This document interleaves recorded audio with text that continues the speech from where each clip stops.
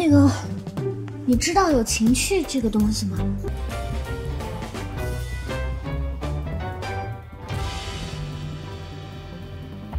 Saya hanya bertanya, apakah Anda cukup kuat?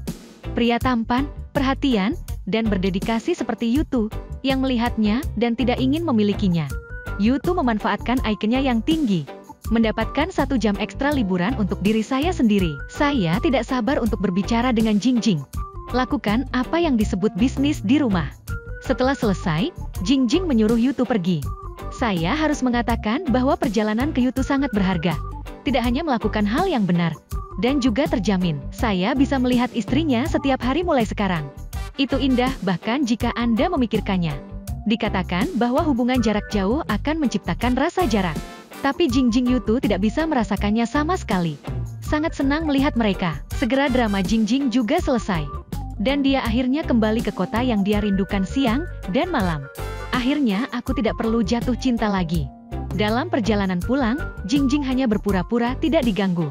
Minta saja tuannya untuk mengirimnya ke rumah Yutu. 实在太累了，早上又要赶早班机，我要找一个近一点的地方补个觉。不用给我解释那么多，我都懂的。交通。 Setelah Yutu pulang kerja, melihat barang bawaan di rumah. Aku tahu istrinya sudah kembali. Aku tidak sabar untuk datang ke kamar tidur. Menonton Jingjing tidur nyenyak. Dia tidak bisa membantu tetapi melangkah maju dan mencium Jingjing. Dan Jingjing juga terbangun oleh ciuman ini. Tidak puas, dia mengucapkan kata-kata seperti itu. 我换个衣服陪你睡觉。昨天没睡好，我要补个好觉。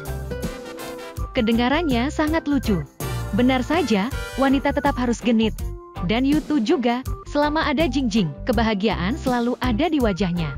Jadi saya memutuskan untuk berganti pakaian dan tidur dengan Jingjing. Tangan kecil ke Jingjing yang tidak jujur. Langsung ke baju Yutu. Ini membangkitkan suasana hati Yutu. Langsung letakkan Jingjing di bawah tubuhnya. Yang terakhir, tidak ada artinya. Saya menontonnya untuk semua orang. Setelah menyelesaikan, Yutu bertanya kepada Dao Jingjing berapa lama dia akan tinggal ketika dia kembali kali ini. Tapi Jingjing dengan nakal mengatakan itu setelah dia pergi bekerja besok. Pergi sendiri. Setelah mendengar ini, Yutu agak kecewa dan mengubah wajahnya dalam sekejap. Karena terakhir kali di padang pasir, kata Jingjing, dia akan beristirahat selama 2 bulan setelah syuting film ini. Nyatanya, Jingjing berkedok bahwa filmnya sudah lewat waktu. Curang. Lalu saat Yutu bangun untuk memasak untuk Jingjing, menerima telepon dari Nona Ling. Secara tidak sengaja belajar dari saudari Ling.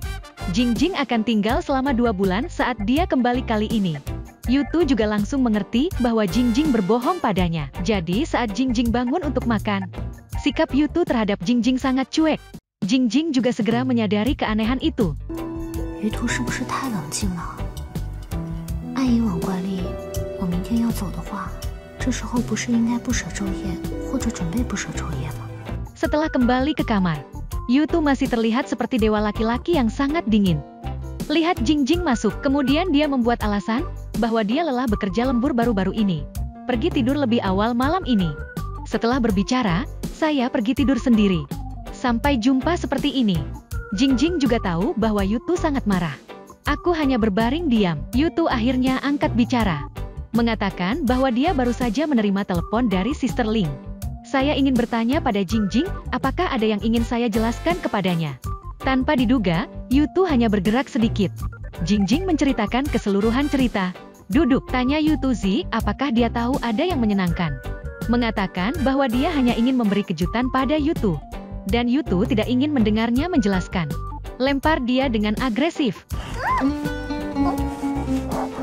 我错了，我不是想要给你一个惊喜的。我听说